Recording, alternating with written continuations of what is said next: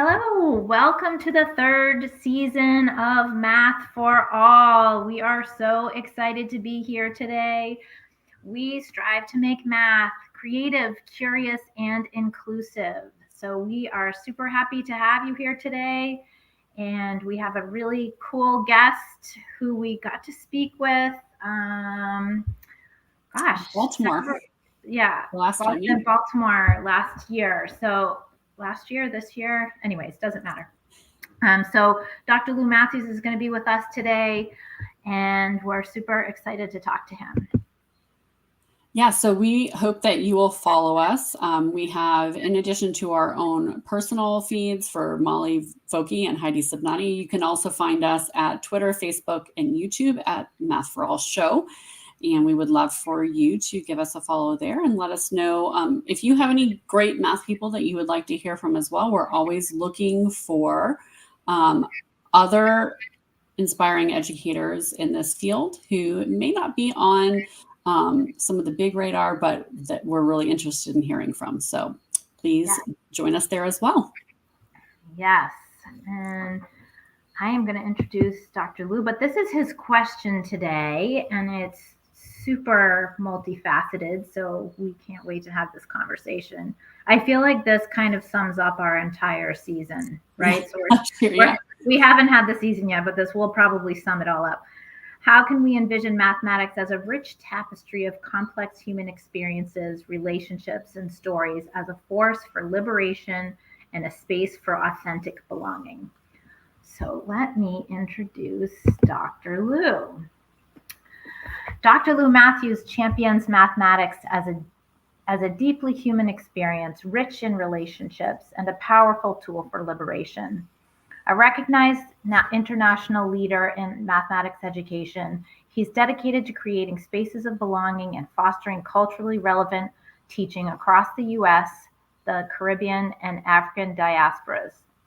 In 2018, Dr. Lou pioneered several tools and sites such as the Hope Wheel, inspiremath.org, and relevantmath.org to foster inclusive and belonging in mathematics. In response to the global crisis of racial injustice and COVID-19 pandemic, Dr. Lou created Pi Before Dinner, a virtual math space and media channel for supporting families and communities in mathematics. His work also includes co-founding the Journal of Urban Mathematics Education in 2008, where he served as its inaugural editor-in-chief. Currently, as the National Director of Mathematics and Science at City Teaching Alliance, formerly known as Urban Teachers, Dr. Lou spearheads initiatives to prepare STEM educators for urban settings in Philadelphia, Baltimore, DC, and Dallas. So let's bring him in. Hello. Hello, everyone. How are you? Nice to see you again. Yes, wonderful to see you. Was it in Baltimore? It's, time goes fast. Okay. And I don't even remember when Baltimore was. Was it the fall? I think that one was the spring, right? Was it? I thought it was December. It would have also been that. You know what? It was December because we went to that Christmas fair when we were there. That's true. Right. Hey, you scared me for a second. Huh? No, you're right. You're right. Yeah.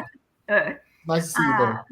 Yes, you as well. We have been following you since you started Pi Before Dinner, and have been reading your books in the meantime, and we're happy to see you in Baltimore. And so we know some about your work, but we always like to start with this question for those who may not be familiar with the work that you've done in math, and really what your math story is, what led you to mathematics and to the work that you do now. Yeah, no, I had to think about that. In fact, when you told me you were going to ask that, I said, what do you want to know? What do you what kind of, how would I answer this question?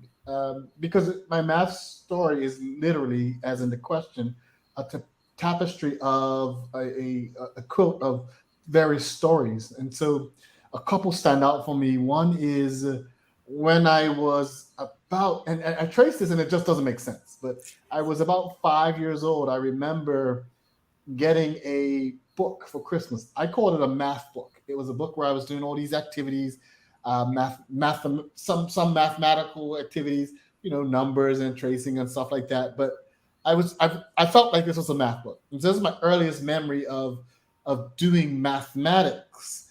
And I remember my mom buying that book for Christmas and me spending the whole Christmas in it. And I think of stories like that, and I think of going through elementary school in I guess grade 3. We called it primary 4 in Bermuda, where I'm from, where I grew up. And I remember just working with the Scott Forsum American elementary textbook. We had problems and sets and sets. I know I'm dating myself, but sets and sets. And so the teachers I would wish give us you the weren't sets. dating yourself. And so the teachers would give us these sets of problems and would just let us go. And I could just go and go and go and go and go. And sometimes when I'd be 1 and 2 books ahead of the class, but I was just let me go. Stuff I didn't understand, I could move past, but I was just free to be curious. And you talk about curiosity in your show. And so those are memories that stand out. There's also some other powerful memories about when I was in college, going to college. I went to a high school that only offered up to algebra 2, algebra 2 with trig at that. And so I remember going to college to study, you guessed it, accounting. Okay. Yeah, because nobody was interested no one told me to go do mathematics. No one had encouraged me to go do math, even though I was the high school valedictorian, even though I had loved mathematics and done well my whole life. There was just not a conceptualization that mathematics is this. You can do this in the mathematics professionally and for a career. So I did what I was told and just went and studied accounting. When I got to college, I was 16 years old, got to college, and I did accounting, but I also took up mathematics as a side hustle. So I majored. I didn't want to tell anybody because my mom didn't have the kind of money to be wasting money. Extra major. That was a math and accounting at the time, and economics minor. That would have been another year. And so I remember that really, really. So I didn't tell anybody. I was a double major in math. I remember going to my first math class. And in the first math class, this professor got up and said, the first math class was calculus, actually, by the way. I know what you're thinking, but no one ever told me you don't jump from algebra 2 to calculus. It's just not wise to jump from algebra 2. It's missing a whole lot of stuff. And so in that sense, I was in algebra 2, went to calculus, started to struggle. I remember the professor's first day message. Listen, I see I have a lot of you. It's 25 of you. Half of you will be going by the end of the semester. That was his message. And guess what? He was a prophet because he was right. And half the class was gone. And I was one of the only black kids in the class, one of 2. And that stuck with me. And another thing that stuck with me in the class was later on in the year, I was struggling mightily.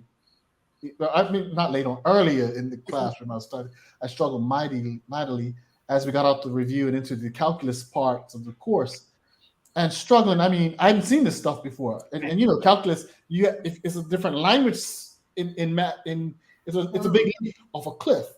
And if you're not prepared for it, you could struggle. And I struggled mightily. And I went to the Mr. P, I'll call him Mr. P, and I said, Mr. P, I'm struggling. I need some help. What can you do? How can you help me? And Mr. P looked at me dead in my eyes and he said, Lou, maybe you're not cut out for this.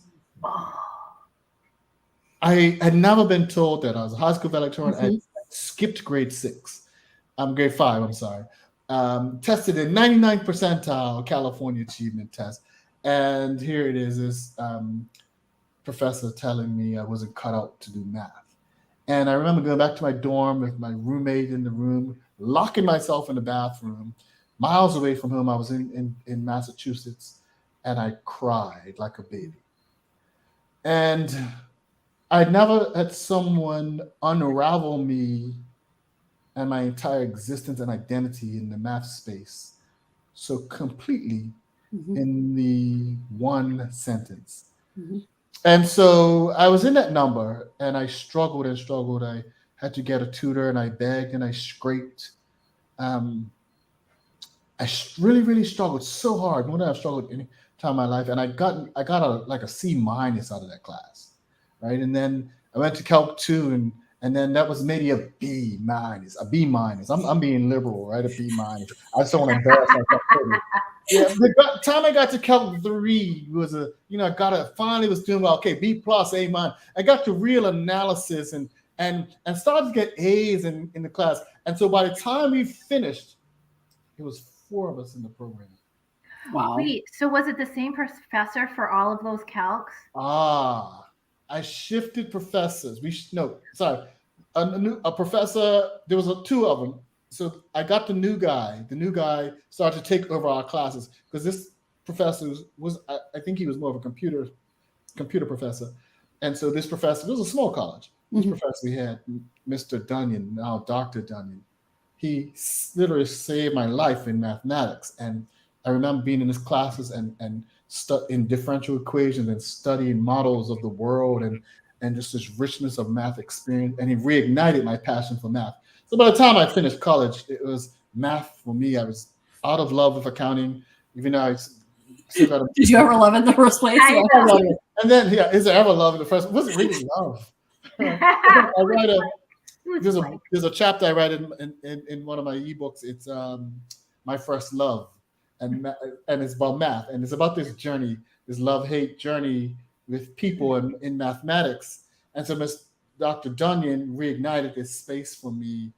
And by the time I finished college, guess what I went into? You guessed it. I drove taxi because I drove taxi and I worked security. Why? Because we were in a global recession at the time, and there were no jobs in accounting. I wasn't certified. I wasn't doing anything with the math. I did just because I loved it. And so one time, my mom came home from work and said, "Lou, my brother she had to go to a PTA meeting, a parent-teacher meeting, and she couldn't go. She was so tired. She was working at this point 80 hours a week, and so." I said, okay, I'd finish driving driving taxi, as we say. So I went to a PTA meeting at my brother's school, who was in 10th grade at the time. I'm only like 20, 21 years old at this time. And the deputy principal says, hey, we need a math teacher for about 6 months. And it was math teacher went on paternity leave. And so for the semester, I needed to be there for the whole 2 terms, which is January to June. And he said, look, can you come in and teach? And I was there for 6 months. And it was there that I felt like I had found my calling. I found myself. I found, okay, this is what I needed, where I needed to be to teach. And from there, that really kicked off, was a catalyst for my teaching journey into teaching. Went to Alabama A&M and HBCU and really got a great opportunity by Dr. Shipman to teach mathematics while I was getting my master's to college students. So I just given opportunities at this point and became certified to teach math, and then got a PhD at Illinois State University. And that's been the journey, and it's been a great love journey of teaching and wanting people to be successful and thrive in and around mathematics. So that's my story to that point. Well, that is just amazing. I'm so glad that you didn't allow that teacher to burn you out. I mean, for sure. You persevered despite all the trouble you were having, and also persevered after probably not knowing how to persevere in mathematics ever, because it always seems to come easy for you. Yeah. Awesome. Well, that totally leads right into our question. So let's talk about it. How can we envision mathematics as a rich tapestry of complex human experiences, relationships, and stories, and as a force for liberation and a space of authentic belonging? I mean, your story actually tells that, but how can we create that for kids now as teachers? I wrote this question and I was like, well, I don't know. I don't know. I mean, the easy answer is I don't know. No, there's so much to unpack in this. Right? Just even with the word envision, because so much of the vision of mathematics in the lives of so many people is that of an experience being done to them. So, one of the things when I tell people, what I do for a living, I work with teachers. I help to develop and grow and sustain the development of math teachers in urban cities with Black and brown children and Black and brown communities. I don't even get all those words out. As soon as the M math comes out, they say two things, right? They say, "Wow, well, that's they say, That's the second one, wow, right? you must be so smart." Yes. Right? And it's like lifting weights. It's not something you deny. Hey, yeah, Oh, I'm looking you're gonna good. say, no, I'm not that smart. No, Yeah. you say, it's like, so the next thing they say is, man, I really hated mathematics. And I think I can't think of another, it certainly doesn't happen to my other friends in different professions, like who when they mention what they do, people start to go into this psychological unraveling. And it takes on the form of a therapy session, right? I saw a meme the other day that said, "I don't want to know about how bad math was. I know you hated it. Okay, I got it." Because it's because we're told that so much. But the reality is that so many people have a vision of mathematics teaching and learning that begins and ends with we call it anxiety. I call it trauma. Which and you just in my story, you can see that my story was guided. Its ups and downs, its ebbs and its flows were guided by the adults. Notice my mom, the first primary mover and investor in me. My grade 4 teacher who allowed me to just got out the way in some ways, right, and allowed me to be curious, really. And gave me guidance when I needed it, but really allowed me to be curious. And then Mr. P, who ripped and pulled all of that. He put me in my place. Yeah. Right. What he thought my place was. He put you in a place. He put me right. Well, for him, it was a place where math was a experience of a few people. You get it or you don't. If that sounds familiar, you're born with it or you're not. And certainly people who don't look like me. And so he educated me to the place of isolation that mathematics can be. And we noticed that even out of all the STEM subjects, math majors even, half of them change their majors after the first year, right? So we know that even people who take up mathematics sometimes are discouraged from this space, not to mention people of color and more specifically Black men and women in this space. And so, and then there's Mr. Dunyon, Dr. Dunyon, who I have so much respect for, who then used his platform of math to re-inspire me. And so it comes back to this word of work, this word envision. If we can think about mathematics different, if we can be so courageous to see mathematics differently, to envision that maybe what I learned, maybe what I've been told mathematics is okay, but maybe it's not enough. Maybe I can also grab onto a broader idea and vision. And I found that vision, to move on to this question, I found that vision to be in human relationships. I'm going to be speaking at the NCTM in next year. Oh gosh, I think it's in Minnesota, regional in Minnesota. And there's a title that I chose called Mud Pies. The mud pies of mathematics, and it's really about what my niece taught me about mathematics. And so here's the story. I love that story. I'm sitting on the we're at our homestead in Canada in the summer, and I'm sitting on the porch having a glass of ginger ale, sitting off, as we call it in Bermuda, we say sitting off. I was just sitting off. And my niece, who loves to take up the space, right? I love my niece. She's always in the space. She's over there. She comes up to me, "Uncle Lou, do you want me to make you some mud pies?" I said, "Okay. It's going to take you a while, blah, blah, blah. Something to do. Yeah, go ahead and make me a mud pie." So she brings out this mud pie a few minutes later, and it's this perfectly layered circular mud cake layered with concentric circles. So this thing, and I have a picture of it somewhere. Concentric circles. In fact, it's actually on my it's just in the background. Oh, this is my niece in the background. You see her picture? Yes. Objects, right? These things. She doesn't call it math. For her, this is the experience of I got a sphere. She melts a sphere in the sand and she brings it. Well, at any rate, she's bringing me this mud pie and just concentric circles. So I go to her room later. I'm looking at her art. She loves art. She just loves art. And she's making these, she's working with circles.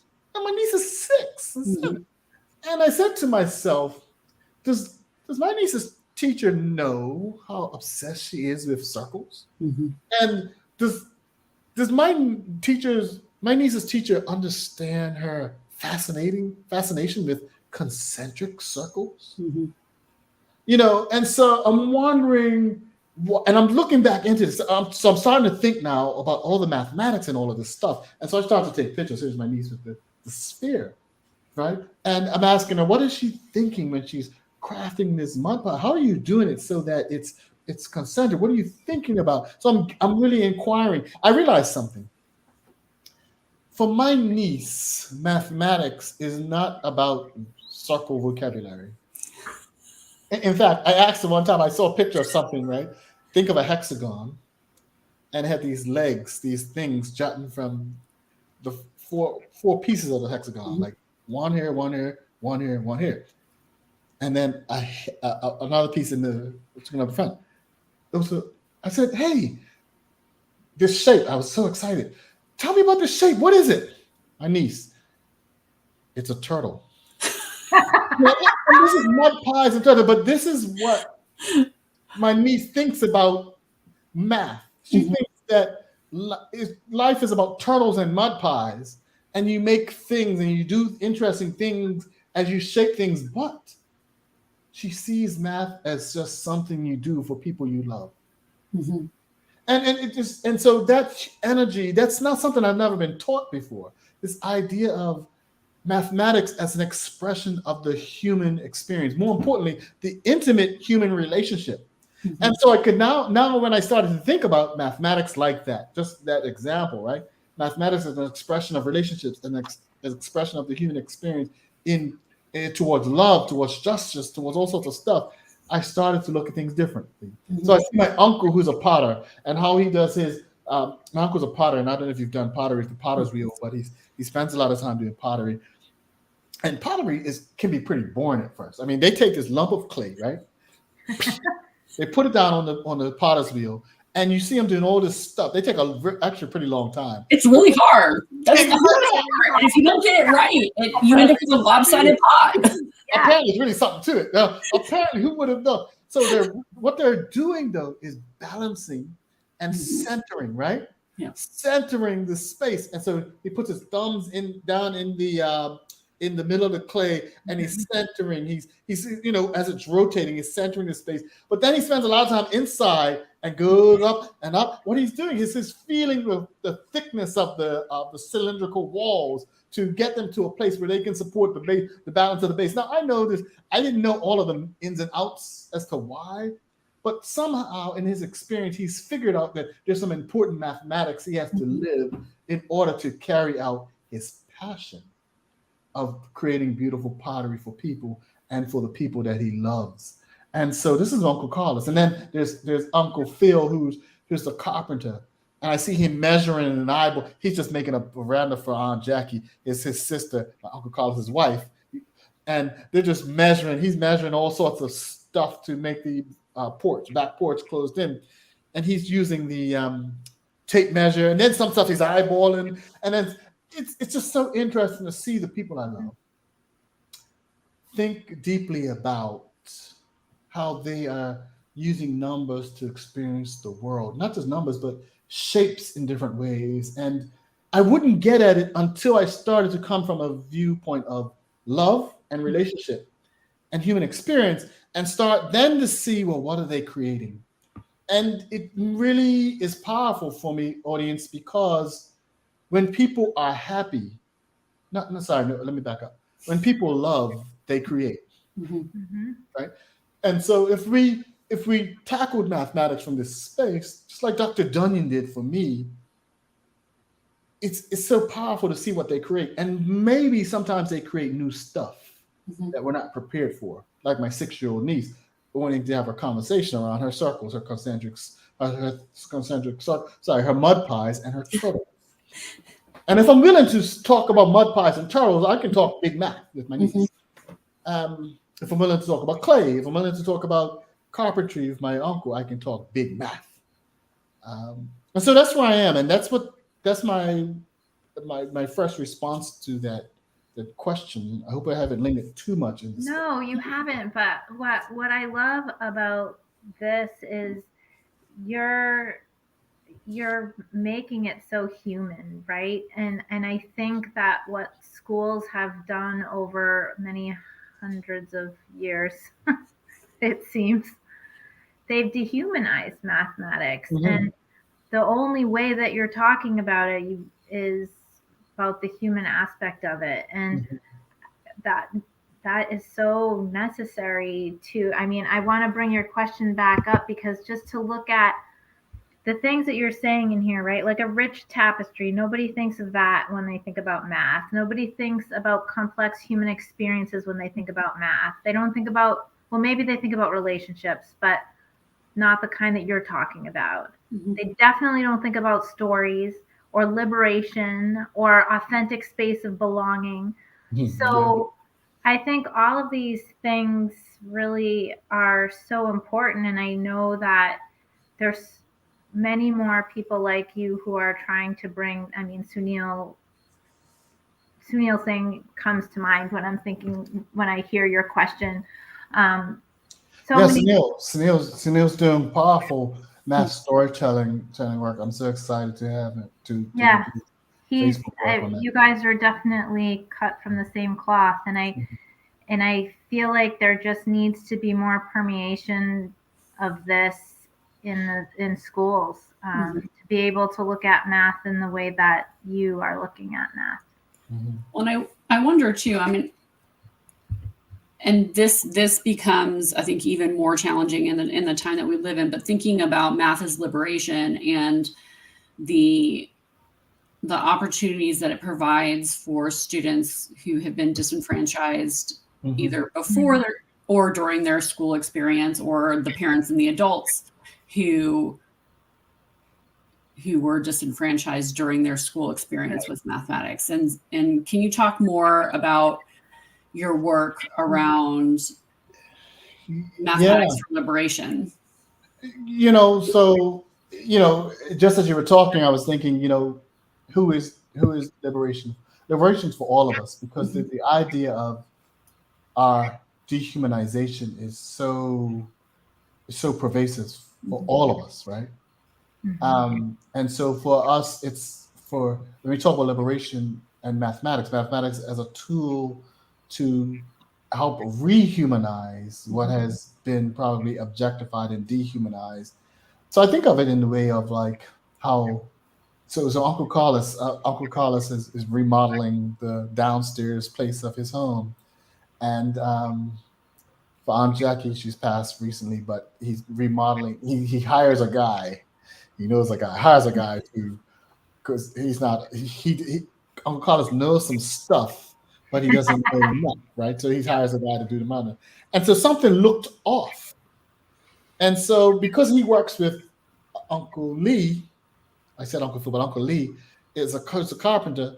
He says something ain't right, and so he's measuring, looking at the bathroom, and says something's not right, and so he fires the guy and gets him to finish it. Because for him, hey, this has to be done right, and for me to Mhm. thrive, for my wife and I to thrive, and I need I need to use this mathematics to it has to make sense to me. I need to Mhm. use mathematics to make my world more beautiful. And so he gets Uncle Lee, and then the project gets finished. But I use that as an example as well, how the myriads of ways people do use numbers to communicate life existence. Mhm. Just think of the pandemic, of the COVID Yeah. pandemic, the lockdown spaces that we were in. Um, night, it might, nightly, night after night, we saw people come to the table Mhm. and try to explain these complex numbers to us and ideas. And I said to myself, I was watching a governor, a Mhm. politician. I said, why don't you just ask a mathematics educator to explain why this thing is growing exponentially, but I can't feel it? Mm-hmm. I don't see it being spread. And because in exponential curves, Yeah. the small part of it, the lower part of it, it's like, well, it's nothing, not much change, but then it'll jump right up on you, you know. And so anybody who's done the experiment, if I give you a cent, a penny, and double Yes. it each Mhm. way, Yeah. knows that you're going to be very disappointed for the first few weeks of this experiment until you get to Yeah. Give yourself some time. Yeah. Yeah. So, And exercise and patience. but I said this is mathematics. This is stuff we've been working with. So why wouldn't people in time of distress and trouble call on us? Yeah. Because they don't see our work and us and mathematics as the means in which we can support human thriving in that sense, right? Yeah. Like they're being worked on. And they have to survive math, right? And so so some of the ways I see it as aiding human thriving. I see it aiding the ways in which we look at social justice. And I know people sometimes stay in social justice space, but sometimes we have a tendency, even in that space, to just think of deficit Mm-hmm. and the oppression. But the what I love about social justice space is that it's undergirded and driven by love. But so when I think about Black and Brown communities, what drives them in terms of social and racial justice is that, hey, I'm human, I'm whole. I want to be treated as human and whole. So that's what drives social justice. Then are these very powerful ideas about humanity and human existence. And so I love pointing people to that space and using the mathematics to do a few things. One is to not just fight injustice, that's one, but also to illuminate patterns of excellence and thriving in the world, right? And so that's possible. That's possible as well. Mhm. I love it. Yeah. I love it. You make math seem really amazing and fun and natural and inspiring. Well, and I will say too, like as a plug for the books that you have authored recently for teachers who are in the classroom, currently, accessing those as ways to provide relevant math experiences for students, I think is such an important part of the work that needs to be done. I mean, we still have these, when you were asking about your niece and whether or not her teacher would know her interest, sometimes we get so stuck, well, that's not the standards for this year, so I'm not going to touch that, right? Versus latching on to an area of curiosity and interest and relevance to what she's currently doing and experiencing as a way to bridge to that mathematics versus, oh, well, that's just not something we're doing right now. And it's often such a missed opportunity. Yeah. So how can our listeners find out more about your work that you are doing? We have a couple of websites for you that we'll put up, but one of the ways, I'm always tweeting on Twitter, Lou Matthews at Lou Matthews Live. I love to tweet subjects on education reform, particularly in my country, Bermuda, and mathematics. I'm really involved right now in helping us re-envision, reimagine mathematics, the machine of math, right? Like the books we read and the conferences we go to and the talks we give. We've just completed some work with Shelley Jones and Yolanda Johnson's our book, Engaging Young Children in Culturally Relevant Mathematics. We love that. And that work was written for teachers, positioning teachers as engineers and designers. Sometimes we say, here's a book, teachers do what's in the book. No, this is about helping you to become a designer, right? You engineer and adapt. And with curriculum that we see today, teachers need to adapt and be adaptive to the kinds of things that are expected of. So I'm really, really proud of that. I'm also proud of our Facebook community, Pie Before Dinner. Pi before dinner my friends used to always tease me that I love to eat my desserts first, and so that just stuck with me. So Pie Before Dinner is a play on that. But we have a Facebook group, a Facebook community you can go in and join, where we our community. It was built for parents, built for teachers, built for just community folk who wanted to talk about education and community and math. I know that's a weird combination altogether. But people, we find that people want to know, they want to be informed, and they want to ask questions, and they want to be introduced. I love what your show does. It takes people who not just people on the circuit, but it really seeks to harness important voices. And our show was doing that, and the Facebook community does it. So those are ways people can connect with me, at least virtually. We're doing some really good work, some great colleagues around the country, and so I'm excited about the things to come, for sure. Awesome. Well, we so appreciate you being here with us tonight and giving of your time and expertise in this area. And we have just loved being able to continue to hear your work in person and online, and the books that are coming out of the work that you're doing in classrooms and with teachers. And so we really appreciate that. Well, it's great to be your colleague and your friend for sure. Just let me know whenever you need. Thank you for having me on the show. I appreciate being here. Thank you so much. Thanks for getting our third season started with us. Yeah. Oh, thank you. I felt special. Yes. I was a test subject, huh? Get out all the kinks now, huh? Continue the show. Yeah. All right. Thanks so much. Take care, everyone. Ooh, I cut him off by mistake. Did not mean Yeah. to do that. Oh, So well, that's amazing. yeah, I wouldn't want to talk math with him all day long. I know. Yeah. So, and if you are a math educator, check your local chapter of NCTM, except or some variation on that theme, and see if you can get him to come and speak, or spend even a longer time period hearing about the work that he's doing. And we also recommend his books as well. I was going to pull it and I forgot. So That's all right. But definitely check those out as well.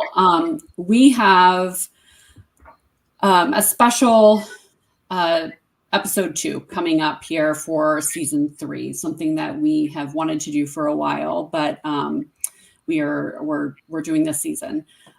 September is Suicide Prevention Month, and many of us have been affected by this, either with friends or family. And we will be speaking with my sister-in-law, Debbie, on September 28th about the organization that was created in memory of my nephew, Ethan. And so she will be here speaking about Ethan's purpose and ways in which we can hold space for those who have been lost and continue to work towards prevention. And so I think everyone would be really interested in hearing how we can make a difference at our local community level. So we're hoping that you will join us for a very special, not specifically math related, but really important topic on September 28th. Yes. And until then, we hope that you will make math creative, curious, and inclusive for everyone. So, thanks so much for joining us tonight. Night. Bye.